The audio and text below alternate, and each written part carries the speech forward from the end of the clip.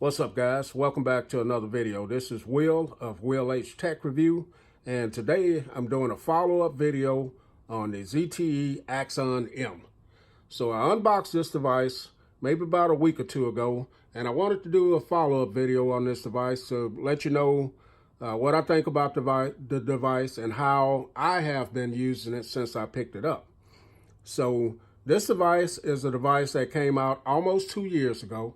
I said 2 years in my unboxing, and I was corrected by one of the people that watched the video.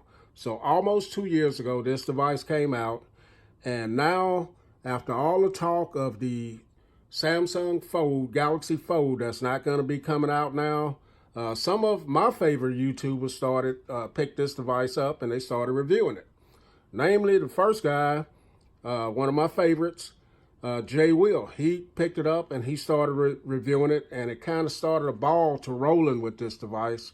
And some other YouTubers and other people outside of YouTube picked it up, and I ended up watching several people's video. I watched Pristine Tech video, and he had a link in the video where where you could go over to Amazon. So I clicked the link. I ended up picking it up for $124, and when it first came out on AT&T, I was intrigued by the device, but I didn't want to pay that kind of money for the device at that time, $800 and some. So, but I like unique devices like this. I'm the channel that still features the Microsoft Surface Go and BlackBerry Key 1. So a device like this would be perfect for me to pick up because I like different devices. I also have been watching a guy channel that I just discovered, C. Butler, and he's been he's making some great videos about this device, and he's recommending several apps for this device that helps this device out if you pick it up. So it helps to use this device with the dual strings, I should say. So this device, like I said, is not running the latest and the greatest processor, or doesn't have the latest specs. This is a device that's almost 2 years old. So I'm not saying that this device is going to beat any of the flagship devices that are out now. I just picked it up because at that price, I didn't want to turn it down. This is no way my daily driver, or it's going to be my daily driver anytime soon. It's good enough to be a daily driver if you wanted to use it for that. But I'm not going to use it. I have other devices that I use, but this is something that I kind of like a collector's item almost. It's something unique, and I like it, and I'll tell you how I've been using this device later on in the video. But what this device, just to go over a few specs on it, this is running the Snapdragon 821 processor. It has 4 gigabytes of RAM. This has a great build quality, has two 5.2-inch displays that are 1920 by 1080. Does have Gorilla Glass 5. You do have a 3.5 millimeter headphone jack. You do have a slot here for memory expansion. This comes with 64 gigabytes of memory, volume up and down. Do have a fingerprint sensor. That's not too bad. It works pretty great. Do have a button here that you can program to open any app that you want, and it has dual speakers. Has Type-C charging as well, and the battery on this is, I want to say a 3180 milliamp battery. That's held up pretty well for me. So, but those are some of the specs. The specs at this point don't really matter because it's an old device. But for someone that don't want to spend a lot of money on some of these flagship devices for $124. I'm not sure what it's going for today. I think it was like $130 something, $140. You can get it under $150, $200. I know. The worst thing about this is not being supported anymore. So it's stuck on Android 7.1.2. So if you can live with that, then that's what it is. But like I said, I didn't buy this to be my daily driver anyway. Does have some big bezels here, excuse me, as you can see. But it works out good for me when you rotate it and you're doing different things on it. I think that's great. to use it like that. So it's not bad there. Everything works, opens up fast, closes fast. If you got a bunch of apps open, it kind of lags a little bit. It does get a little warm if you're using it for a long time, but overall it's performed well for what it is. The camera's not too bad on it. Doesn't have optical stabilization on it. It takes pretty good pictures. So, you know, it's not going to be the best camera in the world. So I think people are, you know, they're kind of upset about this device, saying it's this and it's not that, but it's an old device. The specs on this device, now this is the LG V20. So when this came out, this was flagship, man. You know, people ran out to get this device after the Note 7 blew up and burned up. This was the next choice that people went out to get, and this has practically the same specs as this guy does.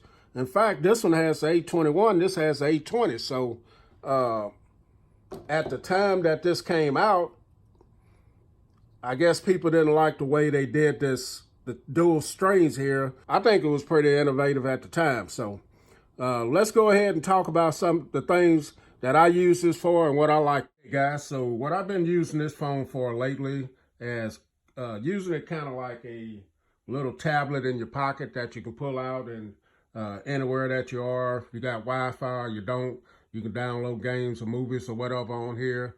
And that's what I've been kind of using this for. So I got the Note 9 here. The Note 9 is 6.4 inch display on this device. And I just want to show you what some of the apps look like compared to being open on the Note 9. This device is 6.75 inches when it's open up, but these are two 5.2 inch displays. So let's take a look at some of the apps that I use on it and how I've been using it. Okay, first I got the Gmail app open here, and just for a little comparison, you can see you get a whole lot wider view here on the ZTE Axon M than you do on the Note, but you can turn the Note this way and get the same width of information, but you're not going to get the same amount showing this way on the Note. So let's take a look at, say if we wanted to create, to send an email out or respond to an email. Let's look at the different keyboards here. So I got an old fake, well, I got an email that doesn't really matter here. And we're going to go ahead and look at the keyboards on both of them here. So I got the Note open here. And there's the keyboard on the Axon M.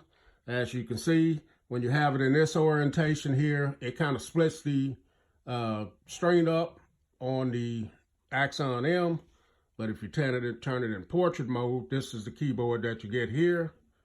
And if you turn this in portrait mode, that's how your keyboard's gonna look. So just different looks on it. I kind of like this a little bit more. The keyboard is a little bit spacious and big on this. Okay guys, next I have the gallery app open up on both of them. And you can see how they look on each device. They both have some good sized thumbnails here. You can also flip your Note over into portrait mode. And you do get landscape mode, and you do still get some good thumbnails here on your device here. But on the Axon M,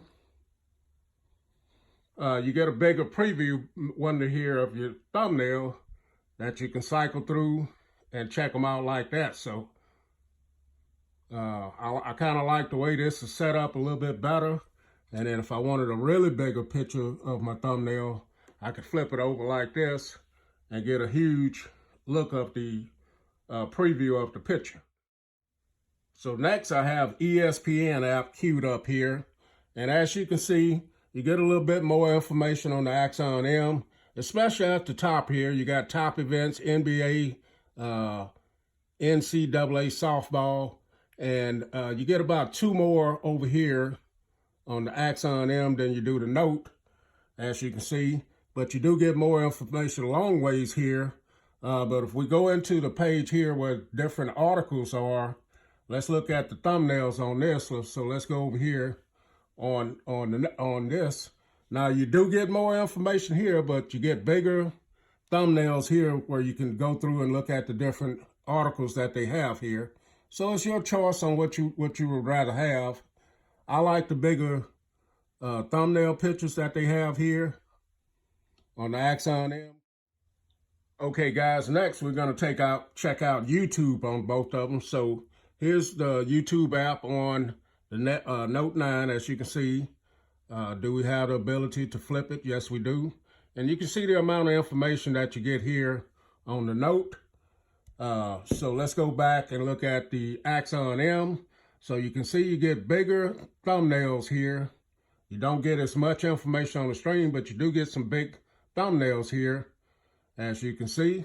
Now, if I flip this over in this orientation, then you see the amount that you get. You're still getting more than what you get on the Note. And if I flip the Note over here, this is what you're getting. Now you can see more on the Axon M than you do on the Note. So let's take a look at video play on this. So we're going to go to my videos here so we don't get copyright. So let's go to this video here. Take a listen at the speakers as well. I did a little sound comparison between this. So this is full screen here. And they both sound real good. This one gets a little bit louder, but the iPhone XR has a richer sound to it. So the speakers are also speakers are not too bad. Now I'm going to flip it over here. So if I wanted to respond to this video, so it charges up very fast while it's going here. So this is what the keyboard would look like as well here. So let's go ahead and stop this. Take a look at that same video on the Note 9. See the comparison here. And the 3.5 millimeter headphone jack. So the Note, you're gonna get a bigger picture here. You're not gonna get that line, but the difference here on between the Note and this and the Axon M is when you want to respond to the video, the difference in the size of the keyboards there. So that's your preference right there. But that's a look at the YouTube app on both of them. So let's move on to a little bit of gaming. Okay, guys, so I have the game Galaxy Invaders queued up on both of them. So let's take a look at what gameplay would look like on both of them. I'm not a gamer, so that's why I'm using this little easy game here, just to show comparison. Now the line is always there. You can't get rid of the line. So, all right, so here's gameplay. You can hear the speakers as well.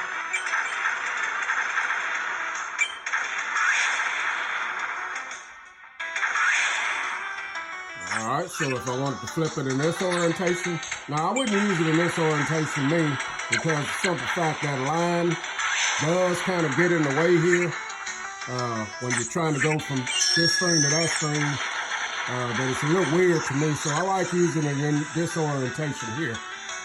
So that's a look at the game here on the Axon M. So let's look at it on the Note 9. Let's get it started here. Now, the gameplay is on both of them is great. I'm not saying that the Axon M is better than the Note 9. It definitely doesn't have as good a screen or as good as speakers. Just on some instances, you get a little bit more real estate, and that's what I kind of like about it. And it's kind of like a little bit more of a tablet in your pocket. But the Note 9 is great for simple little games like this as well. You can see great speakers as well. So those are some of the things that I've been using my Axon M for. I think at the price that it is right now, it's a good price to buy it as, whether you want to use it as your daily driver or you just want to use it to do like I'm doing, using it like a little portable tablet. So let's take a look at the price today, as of today, and see what it is. When I bought mine, I got it for $124. They have it for $128. And today's date is 5/30/2019. So great buy to me. If you want to use it as a phone, just use it as a backup device. Use it as your daily or just a little entertainment device, great buy. Catch you guys in the next video. Will H, and I'm out.